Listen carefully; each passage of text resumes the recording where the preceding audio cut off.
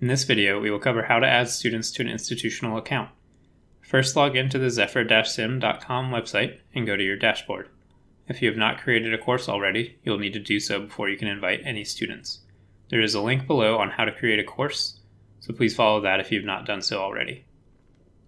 There are a couple of ways you can invite students after acquiring licenses. For each of them, you'll need to start by going to the Manage tab on the left. One option then is to go to the Users tab and click the green Invite Student button.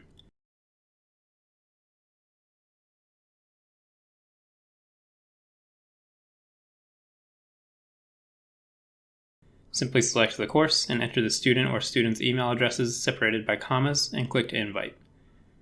This will put the license you have purchased on a reserved status or pending status.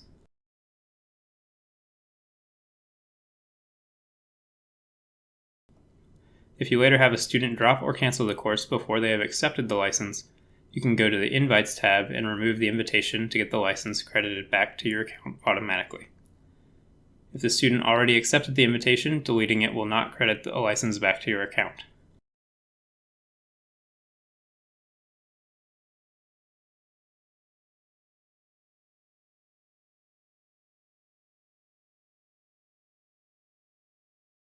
Another option for inviting students is to navigate to your course. Once you are in that course, open up the Students tab. There you can click Invite and issue an email invitation the same way as before.